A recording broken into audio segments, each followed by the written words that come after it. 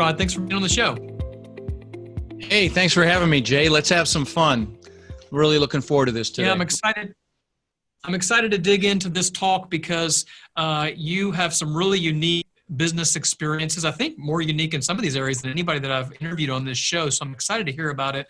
I read a little bit about it in your bio, but I don't want to spoil it for people. But before we dig into what happened in 2008, tell me a little bit about your entrepreneurial journey. I mean, you built a lot of different businesses over time and have an extensive career business growth. So tell me a little bit about that entrepreneurial journey for you. Sure. Well, let me give you a little background, if I may. So I immigrated to this country when I was 6 years old with my mother, Zvancha, my brother, Albert, and I was born in Holland in the Netherlands. And we ended up in Denver, Colorado, where I lived for 30 years. And I got my entrepreneurial spirit from my mom. So what my mom did was she babysat kids so we'd have enough money to eat because we struggled growing up. I wore clothes from the Goodwill and the Salvation Army all the way through junior high school where I could get a job and buy clothes. And, you know, I remember we ate expired food and drank powdered milk because that's all we could afford. And I'm sure you've got people listening that have had it harder, or maybe with this COVID nonsense, even have it harder than we did right now. But see, I always knew I wanted more. And my mom, so with her babysitting money, she invested in the stock market and made money actually. And then she actually, with her money, bought the house across the street from us when I was about 14 for $30,000. And when I was 17, she told me it had gone up $20,000 in her sleep. I'm like, what? I'm getting into real estate, you know, forget college. I'm about real estate. So I got into real estate and my first year in real estate, I maybe made about $8,000. My second year, maybe $10,000. But my third year, I made well over $100,000. And so what happened for me to 10X my income between year 2 and year 3? And that was, I met somebody that taught me about the psychology of success being mindset, you know, that it's all about your mindset and your psychology. That's 80 to 90% of your success. And really that, you know, the technical side of things, like we talk about on our podcasts, is really a smaller percentage of it. And so fast forward to today, I've built 24 businesses in 2000s, and I've owned, you know, 2,000 houses, multiple apartment complexes. In 2006, my net worth went up $17 million while I slept. But there's a punchline. In 2008, I lost it and a whole bunch more. And I lost $50 million in 2008. And so, you know, a lot of the messaging that I get into on my podcast is around mindset and psychology. And, you know, and like I said, I've built 24 businesses. Several have been worth tens of millions of dollars. I've got 2 right now that are. But many of them have been spectacular flaming seminars. I don't call them failures. I call them seminars because they're only a failure if you don't get back up or you don't learn the lessons. And so, so anyway, that's a high level overview of my story. So I find it really intriguing because I've not really owned much real estate, and you've owned 2,000 homes or apartment buildings, and I've only run really one business my whole life. I've had a few other little off spurts, but really one main business, and you've had 24. So it's such an interesting contrast to me about how everybody goes through their entrepreneurial journey a little bit differently and explores different avenues.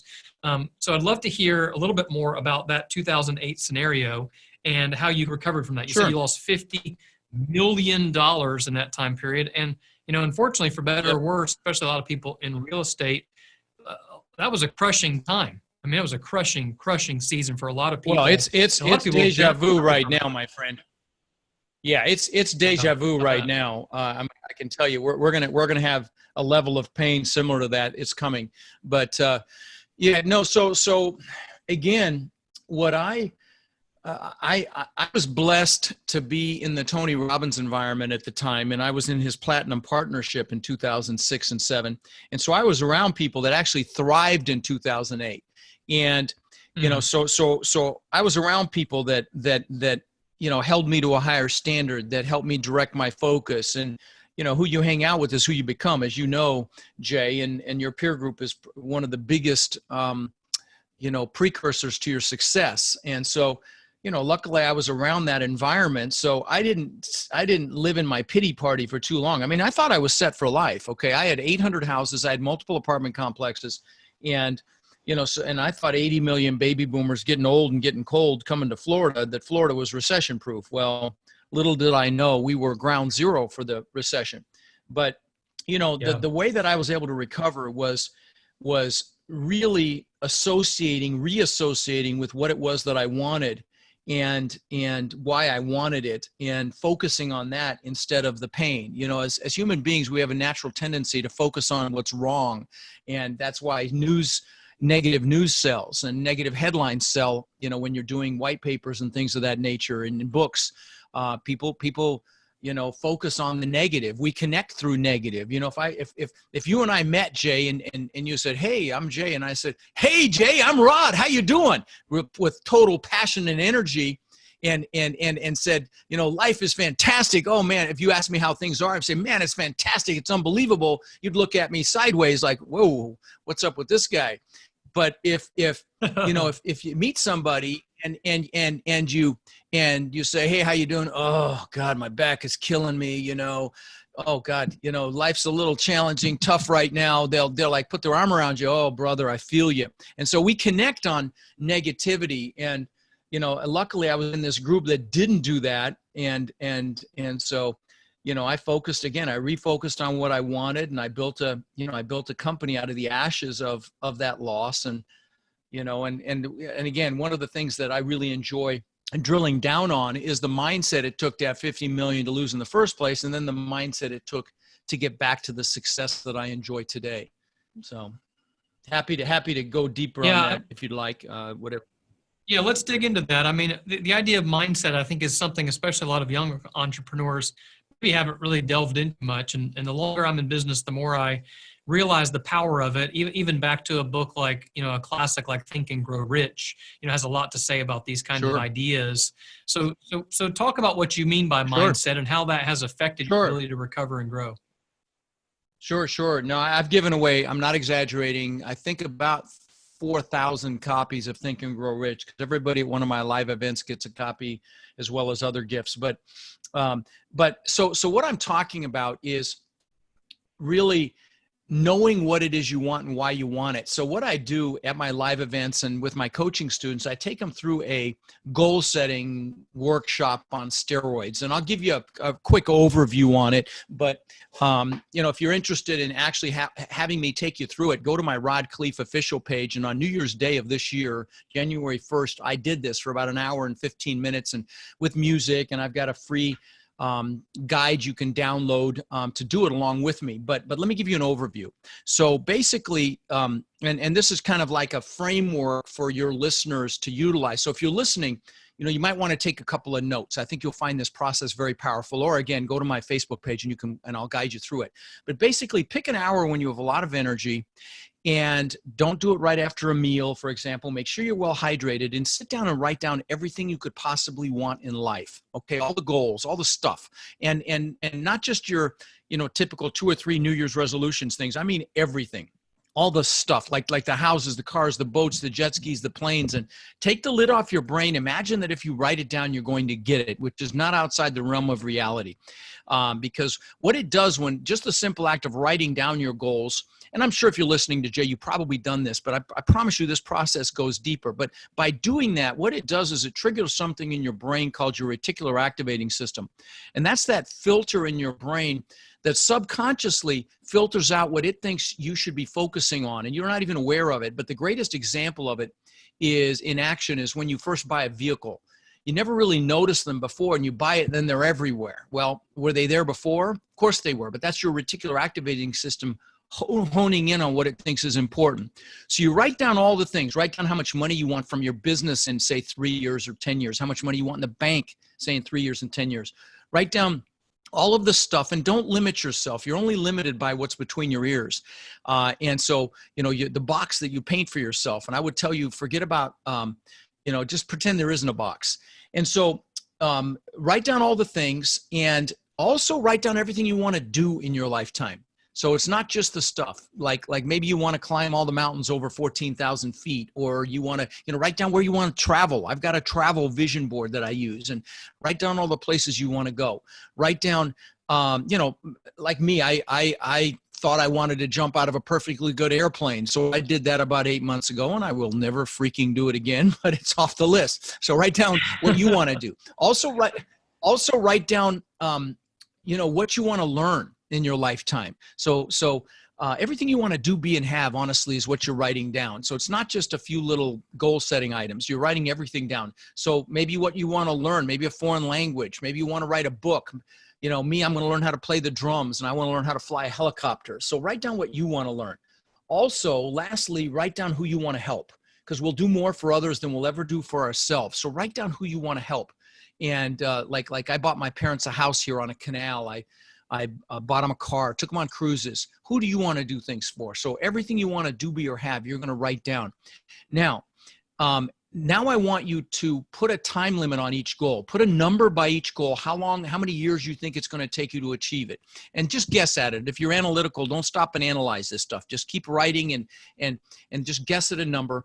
And so put a 1, a 3, a 5, even a 10 or a 20 by your goals that you just wrote down as to how many years it's going to take you to achieve it. Recognizing that as human beings, we'll overestimate what we can do in a short amount of time, like a year, and massively underestimate what we can do in 5, 10, 20 years. I'll give you an example. When I lived in Denver, I was 18. I knew I wanted to ultimately live on the beach. I mean, I would visualize palm trees and surf and sand, and there's no beach in Denver. And I would visualize this stuff.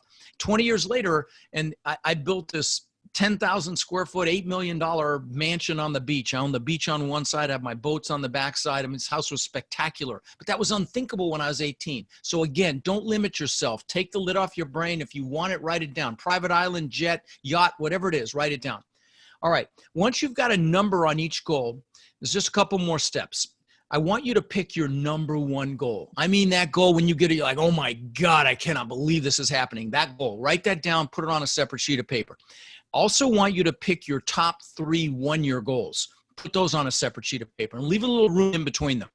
Now, at this point, you're ahead of 99.9% of the people on the planet, but there's a couple more steps.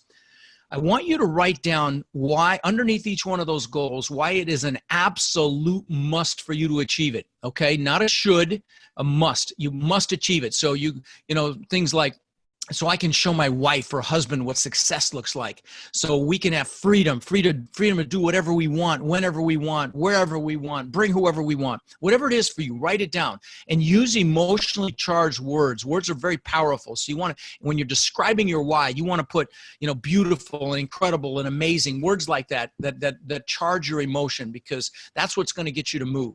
Okay. So once you've got positive reasons why you must achieve each one of these goals, I want you to put some pain in there, and I want you to make it painful. I want you to say, if I don't achieve this goal, I'll fail. I'll be a failure, or I'll live a life of I'll feel rejected, or I'll fail my children, or I'll fail my spouse. Make it painful, because as human beings, we will do more to avoid pain than gain pleasure. And this is the fuel, guys. This is the fuel to get you to take action on your entrepreneurial dreams. This is what's going to get you back up. It's what got me back up.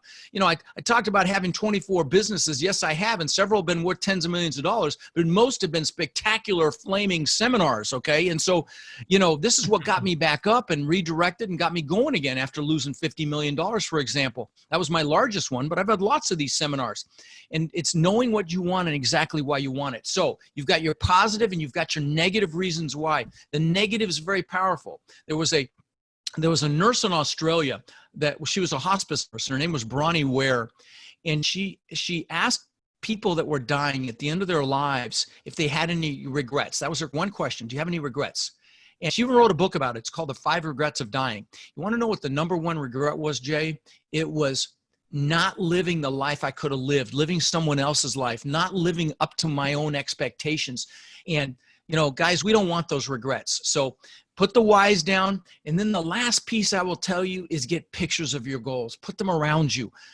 I've got pictures on the walls of the things that I want now, and because you'll manifest these things that you want. I'll give you some examples. Jim Carrey, when he was flat broke, wrote himself a check. That's the actor, the comedian actor, wrote himself a check for $10 million out of his own checking account. And he'd go up by the Hollywood sign and he would take it out of his wallet and he would imagine cashing it. And that's how much money he made for Dumb and Dumber. I'll give you another more recent example. Demi Lovato, 10 years ago when she was fairly unknown, posted on social media that she was going to sing in the Super Bowl. She just sang in this last Super Bowl. I'll give you some personal examples. Back when I was 18, I thought I was going to be rich selling other people houses and real estate. So I got my real estate broker's license, and I thought to sell people houses, I'd have to have a 4-door car. So I had this bone ugly 4-door Ford Granada. I mean, this is the ugliest piece of crap you ever saw. Had bench seats in the front. Well, I worked with a guy that had a couple of Corvettes, and he let me drive one. And I'm like, oh my God, this is amazing. And this is way before the internet. So I got a picture of a Corvette out of a magazine, and I taped it to the visor of my Granada, bone ugly Granada. So every time I sat in the car, I'd see it. Within a year or two, I had a beautiful Corvette. And I'll give you a couple more examples, but I want to let you guys know this is not me bragging, because this stuff really doesn't interest me anymore, but I hope I inspire you.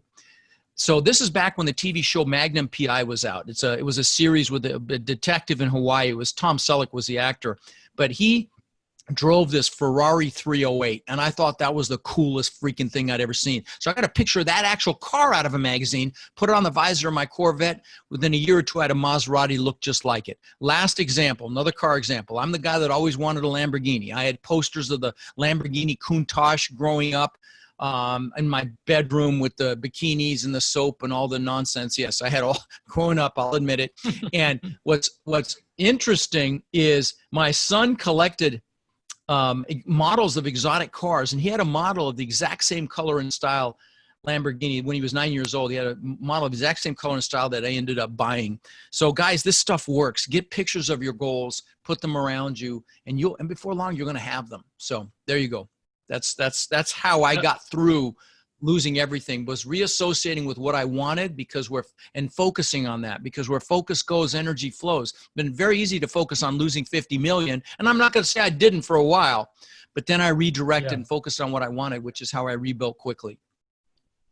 Yeah, I love that idea of where focus goes, energy flows, and just talking through. I mean, those of you that are listening, you really need to rewind and listen to this again, this little section. I mean, Rod just gave a master class in goal setting. Particularly the part that stood out to me the most was that idea of putting pain in there. I think that's often overlooked when we're talking about goal planning. You almost never hear people talk about that, and yet what you said is so true. We talk about this in marketing all the time.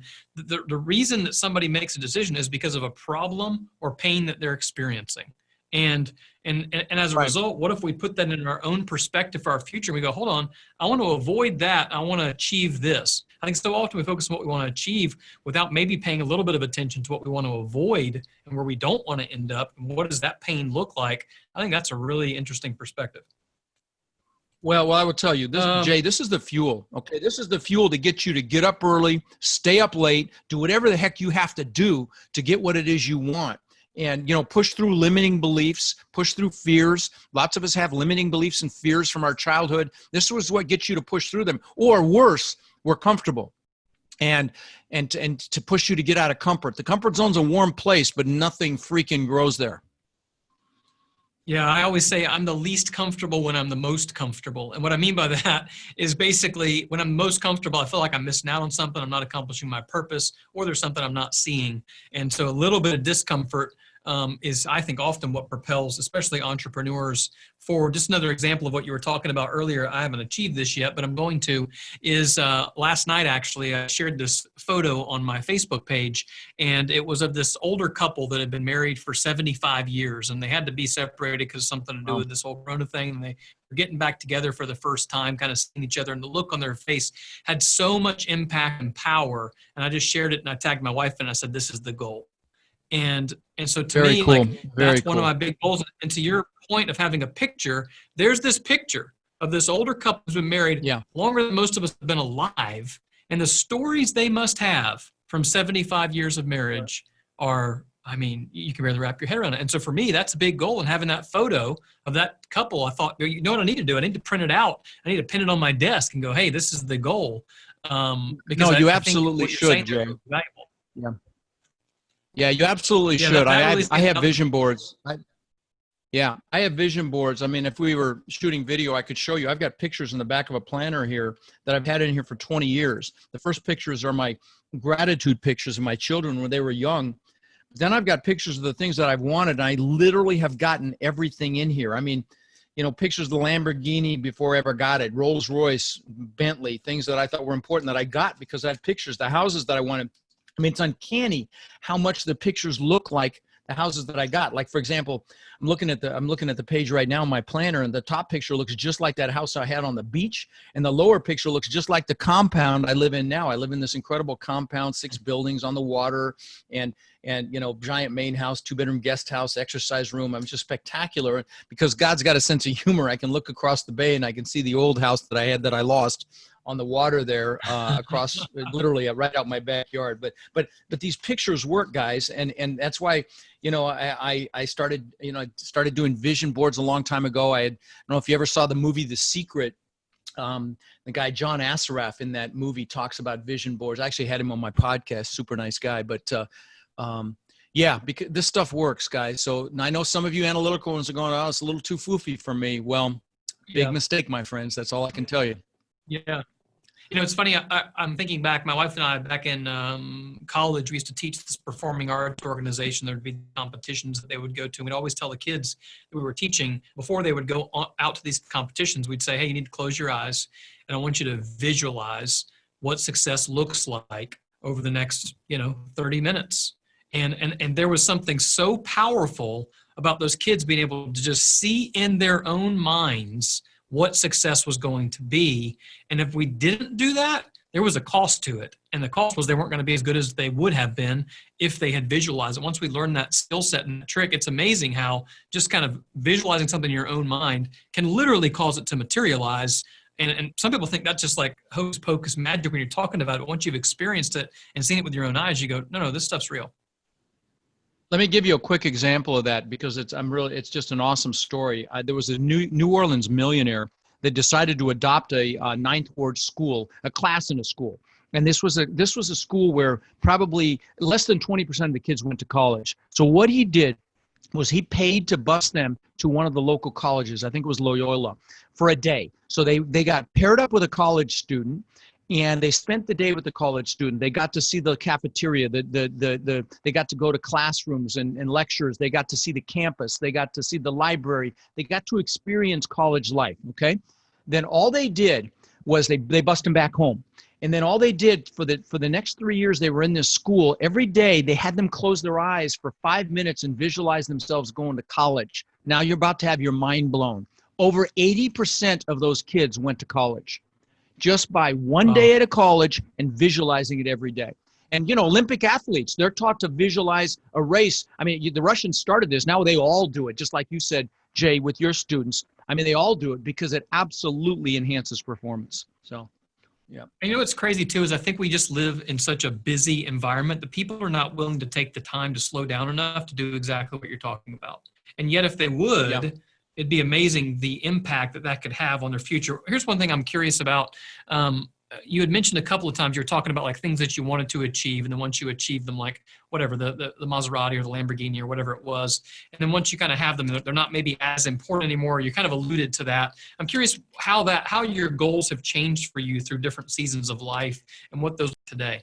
Well, yeah, no, that's a great question. I actually am glad you brought that up because I want to give you a very important example of what happens. And that is, when I built that house on the beach I was just talking about, 2 months after I moved in, 2 months, I worked for this thing for 20 years, understand now. 2 months after I moved in, excuse me, I'm floating in the pool at night. And this house is magnificent. Had a giant waterfall from the second floor into the pool. You had to walk through the waterfall to get in the pool. The pool was in magazines. It was just spectacular. And, to give you a little more idea of the house, it was 3 stories high, giant spiral staircase up through the middle, wine cellar, elevator. I'll land the plane with this. On the second floor, there was an aquarium that I had custom built around the spiral staircase that cost me almost $200,000. So that gives you an idea of the house. Wow. So 2 months after I moved in, I'm floating in the pool. And I got depressed. And I'm like, what the hell? How could I be depressed? I mean, I wasn't just bummed. I was really bummed. And I'm like, what's going on? I mean, I've achieved success like times 1,000 society standards. And how could I not feel good? And so when I look back on it, Jay, there were a few things going on. This is what I want to share with your listeners. Number one is, if you're going to achieve a big goal make sure you've got other goals lined up behind it, because like the good book says, without a vision, the people perish. The goals are not what make us happy, guys. We need them to push us and pull us, but it's progress that makes us happy. And so, it's critical that we're progressing and growing. So that's number one. But the more important thing was I had been totally focused on me. So I'd built this house as a testament to my ego. Really, that's what it was. It was to prove the world I was good enough, that I mattered. And I mean, that's embarrassing to admit, but that's the truth of it. That's why I did it. And so, I'd been totally focused on Rod. And that's the year I met Tony Robbins, and I went and saw that he fed families for the holidays. And I'm like, what a concept. I'm 40 years old, and I'm thinking, wow, do something for other people. I finally got the memo. Well, that year I went back and I decided to feed 5 families for Christmas, and truly changed my life. And you see, I had been happy, but I was unfulfilled. And so I'm blessed to say we've now fed 75,000 children for the holidays here in Sarasota and Bradenton, Florida. I've done tens of thousands of backpacks filled with school supplies that we've given to local children, tens of thousands of teddy bears we've given to the police departments and sheriff's departments here for their officers to keep in cars when they encounter a child that's been traumatized. And I'm here to tell you, I know if you're listening to Jay, you want financial success, whatever your definition of that is, but I'm here to tell you that when you incorporate giving back, even now, don't say I do it when I have money. No, do it now. Giving back now. First of all, you're going to feel fantastic. You're going to be fulfilled, but you're also going to get your financial success faster, because that's the way the universe or God or whatever you believe works. So trust me, you want to incorporate that into your life right now. Don't wait till you're 40 like I did, because you'll get it much faster. Power moves to those that serve and help other people. It's just a fact of life. Yeah, I really believe that. And it is money in one sense, but it's also time and energy as well. I think when you're willing to help take time to teach others and bless others with Agreed. time and money, that can have real impact as well. Agreed. So Agreed. one thing I'm Completely. thinking about now, as we've been talking, is you went through this big crash in 2008, as the rest of the country did, and you lost a lot. You kind of found your way back to where you want to be now, and without a doubt, we are in the midst of or about to experience an ongoing recession of some sorts. I mean, we've never seen what we're dealing with right now in the midst of this pandemic. I don't know when this podcast will get aired, but my guess is we'll probably still be dealing with some results of it regardless. So what have you done since 2008 to put yourself in a place where now you're going, okay, I can see the storm ahead. People didn't see the storm, at least not maybe as readily then. Now we can see there's a storm on the horizon. It's really already here, but hasn't been as devastated depending on where you're at in the economy. So what are you doing now to kind of help hedge those bets a little bit and protect your own self? Yeah, great question. Great question. And I'll tell you, I've done a lot, because, I was doing sold out live events, teaching people how to buy apartment buildings. And I'm like, that was a big source of revenue for us. And that fell off a cliff. We were on track to have 700 or 800 people in Orlando 3 weeks ago. And of course that wasn't going to happen. So what I did was I immediately pivoted and I innovated. And within 1 week, we put up a website. I had videos, did them in my backyard. It's multifamilyvirtualbootcamp.com. We just live streamed it and did it live. We had 900 people pay to watch, and we made more money from that event than we made from my live events. It was just staggering. But let me say this, Jay. Guys, I don't know when this episode will air. I can tell you, I see the writing on the wall, and even with the trillions of dollars in stimulus, we are headed for some real pain in this country. And there are a lot of businesses that will not recover. There are a lot of businesses, restaurants, for example, that cannot survive at 50% occupied. They just can't. And so we're going to see restaurants fail. We're going to see retail fail. We're going to see a lot of offices where people have worked virtually. So again, my big focus right now is real estate. So I can speak to, real estate, and I've got a thought leadership business. That's what I was just talking about. But I also bought 1,000 doors last year with my students, and I'm on track to double that this year. And I'm here to tell you that with crisis comes opportunity. And the key here is, number one, get educated. If you're interested in real estate, then come see me. Text Rod Live to 41411 and come see me at my 2-day boot camp's $97. I don't sell anything. Trust me, you'll be glad you came. But if not, at the very least, get in cash, get in as much cash as you can, or the ability to raise cash. And so like we're telling our investors, when it gets really ugly out there, and I hate to use this expression, but it's a good one for this, when there's blood running in the streets, that's when we're going to buy. And there will be There will be business, excuse me, businesses at cents on the dollar. Definitely will be real estate at cents on the dollar. And so the key is right now to get educated, build relationships so that you can take advantage of the opportunity that is coming. Because I really believe we're going to probably see the biggest transfer of wealth we've ever seen here in the next few years. And I hope I'm wrong in a way, because the pain of it, but I like to use the expression ethical opportunism. I got that from Jay Abraham, or even compassionate capitalism, moving forward with integrity. But there are going to be incredible deals. That I'm convinced. And so, the key is those ready to capitalize on those are going to exponentially benefit from being proactive and getting ready, being ready to jump when the time comes. So, that's my 2 cents on that. Yeah, I think that's really good advice. One thing I found interesting, I was looking through your podcast, which for anybody that wants to go check out Rod's podcast, it's called the Lifetime Cash Flow Through Real Estate Podcast. And I'll put a link to that in the show notes. And on there, one thing that I do pretty regularly actually is interview other people who are in similar industries to us. And I happen to notice on here that you interviewed Grant Cardone, and he certainly does a lot of multifamily investing and talks to people about real estate investment and stuff like that.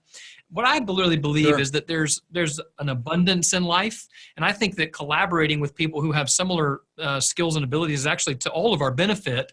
So I'd love to hear you talk about that. Obviously, you had Grant on your podcast. He's kind of a big name in the industry. So, you have him what are on your yours thoughts as on well? that about collaboration over competition? Oh, okay. Yeah, I mean, for sure. I don't have a scarcity mindset. I mean, I've had lots of super successful multifamily operators on my show. I mean, billionaires, several. In fact, my first interview was a billionaire. It's kind of funny. I have a mastermind of the largest multifamily operators in the world, really. It's about 10 billion in assets in there. And Wow. so we're going to have this, his name's Albert Barry, he's a beautiful human being. Oh, and this is really funny. An hour into my first interview with him, I realized I forgot to hit the record button. And so I'm like, oh my God, the blood drained from my face. And he was gracious enough. I've actually had him on the show twice, but this is kind of funny. My team, we were going to have him speak to my mastermind, and my team's like, yeah, we're going to fly you down first class. We'll put you up in the Ritz-Carlton. And his assistant tells my assistant, oh, no. He'll take his own jet down. We'll see that. I'm like, oh yeah, baby. Anyway, but no, and I'll tell you, absolutely, there's strength in collaboration. You learn things, you get distinctions that you don't, and that's why I did my own mastermind. Again, I've got 10 billion in assets represented by the people in there, because I want to be around these people that think what I think is hard is easy. I mean, there's, we're going to have a guy come talk to us with 25,000 doors. Okay. I mean, that's almost, that's staggering. Okay. We're talking billions of dollars in assets. And so, I want to be around those people that again, are the best of the best. And I encourage those of you listening to do the same thing in whatever vehicle you're going to use. If it's going to be your own business, if you're going to set up your own business, connect with other people in that business, because you're going to learn things by those relationships. Guys, I will tell you, your net worth absolutely is your network. So don't be afraid of building those relationships. Do not have a scarcity mindset. I mean, again, have an abundance mindset. I've got a sign on my wall that says, God's wealth flows through me in avalanches of abundance. Have that kind of a mindset, because you will get so much further, so much faster. Yeah, I love that idea. I mean, you really do not have to tear down other people's buildings to build up your own. You can build your own empire. Everybody can have empires if they really want to. They don't, though, because most people are not willing to put the time and effort in and don't have the right mindset to get it done. I noticed the other thing is, I'm just kind of looking through all of your accounts online. You've done a great job of, you said one of the big things for you was live events, but now you've really pivoted, and you've got tons of online access. I mean, you're on Facebook, you're on YouTube, you're on LinkedIn, you're on Instagram, you're on Twitter. And you're just not playing around. Right. You've got all those activities moving really quickly, instead of sitting around and moping and going, oh my gosh, our live event got canceled. What are we going to do? Woe is me. You just said, you know what? I'm going to pick it up. We're going to keep moving, and we're going to find the next step. And I just love that energy. My team choked. My team choked when I told them we're going to get this up and running in days, because normally it would have taken months, but we did it, and we kicked butt. And like I said, we actually made more money than we did at our live events, because there's no expense. And so it's a whole new business model. People raved about it. And by the way, if any of you are interested in this space, please, text Rod live to 41411 and check out, these events. Cause like I said, I charge $97 to do this, and it's nothing for 2 full days. And, you may not be interested in real estate, but if you are, come check it out. I think you'll appreciate it. And in my podcast, by the way, I do 2 episodes a week. One is real estate, of course, but the other one is mindset. So if you enjoy mindset and motivational clips, I do a 5-minute clip every week called Own Your Power. And I've got hundreds of them on there, and people rave about them. And so even if you're not interested in real estate, I hope you'll listen to those, because, like I said, they're very powerful to get you juiced, in the morning on your way to work, if you've got to commute at all. So. Yeah. Yeah, absolutely. I love that. I'm just kind of looking through a lot of your accounts now. I mean, you got so much good stuff online. Excited to link that up and share it with folks. I want to transition a little bit as we start to kind of turn the corner on the show. One of the things I always like to ask about, kind of 3 final sections that we'll focus on here. The first is work-life balance. Number 1, what does that even mean to you? We're going to talk about that. It means something different to everybody in different seasons of life. Number 2, where can people find you online? We talked about it a little bit, but we'll give it to them again. And then number 3, any parting advice you have for people who want to build a business that lasts. So number 1, work-life balance. What does that even mean to you, and how has that changed in different seasons of your life? I could actually speak about that for an hour, but let me try to keep it brief. Okay. So one of the things, in fact, if you go to my Rod Khleif official page, after the goal setting workshop I did on January 1st, New Year's Day, I did a 15-minute clip on a weekly planning process, which is incredibly powerful to help you maintain your balance. So I'm going to encourage you actually is to check that out if that's important to you. If you find that when you're with your family or the people that matter, you are not present, you're distracted, you're not focused, trust me, you've got to fix that. My greatest regret in life, to this day, my kids are 29 and 25. My greatest regret in life to this day was I'd come home and I would play with them, in my $8 million house, but I was distracted. So I wasn't there mentally. It's my greatest regret to this day. You ask my kids, they'll say I was a great dad, but I didn't live up to my expectations, and I do not want that for you. So if that is you, you really owe it to yourself to help. Let me take you through that weekly planning process where you basically map out everything that's important in your life on one sheet of paper that you revisit once a week when you're doing your plan, so nothing falls through the cracks. So I take work-life balance very, very seriously. I take breaks throughout the day. I will go after this, my wife, I can see her in one of the camera monitors is working out in our exercise room, and I'm going to go give her a hug and a kiss and connect with her for a moment and really connect with her. And then I'll come back and get back to work. So I take that very seriously. And this morning, for example, I had an hour and I had coffee with her, and we just sat and enjoyed, the view and each other. And so I take that very, very seriously. And guys, do not have the regrets that I had because I was so focused on success. When I do my live events, I talk about in the first 5 minutes. If you come join me for that, you'll hear my worst moment of my life. I talk about it. It's one of the first things I talk about, which is telling my kids we were getting a divorce and my daughter screaming and the effect that had on me. And so I take that very, very seriously, Jay, and guys, I hope you that are listening do as well. What I think is so important too, as we think back to kind of the master class you gave earlier on goal setting and vision boards and things like that, is that those things are not just about business success or financial success. It's about life success.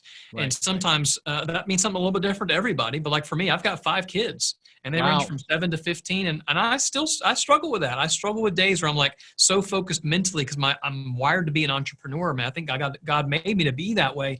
But he also gave me 5 children. And so like it's easy to get home and still be distracted. My wife will sometimes say, and this is a good critique, sometimes you're here, but you're not really here. Right. And right. And that's a dangerous and as part of that planning process, if that is you, I actually instruct you to block time for your family. Like my loves, I will be with you for the hour. And after that, dad's got to bring home the bacon. And and then you're totally focused. Phone goes in the drawer. And I will tell you, your spouse and your kids would rather have 15 minutes of your total focus than an hour of distraction.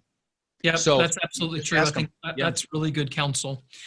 So best place for people to find you online, where is that? Sure. So again, if you're interested in real estate, just check out my virtual boot camp. But my website has tons of free resources. The problem is it's hard to spell. My name is Rod Khleif, and it's spelled Khleif as in Frank. So it's rodkhleif.com. I've got tons of videos there, motivational videos, real estate videos, free books that are not fluffy crap pieces. They're fantastic, educational value. So, if you have any interest in real estate, come see me for sure. If not, I hope you'll go to the Lifetime. If you put in real estate in your iPhone, on iTunes, my podcast usually comes up first or second. We just exceeded 8 million downloads, and so we're really well positioned there. But it's called Lifetime Cash Flow. But regardless of whether we connect or not, go make it happen, no matter what. Don't have a life of regret like Bronnie Ware discovered when she was talking to people that were dying. Life's too short, my friends. Absolutely. That's good counsel. And I just went on my iTunes and typed in real estate, and there you are, number 2. Thank you. Or at least 1 or 2 top listings. So right. That's a great achievement all by itself. There's a lot of noise out there. And so to be positioned in that way certainly establishes you as an authority, which you already know, but it's good for the audience to hear that who maybe had not heard of you before. So as we kind of wrap up here and land the plane, I'd love to just kind of try and put together a closing thought of when you're speaking to another entrepreneur, another business owner, or a wannabe business owner. Maybe they've not done something yet, but this crisis, this chaos has maybe created an opportunity where now they can go out on their own, and maybe they're considering real estate for the first time. What kind of parting advice would you give people to help them build a business that lasts? Sure. Well, I would tell you that to not be in the same place a year from now that you are right now, unless you freaking love where you are right now. Do not fear failure.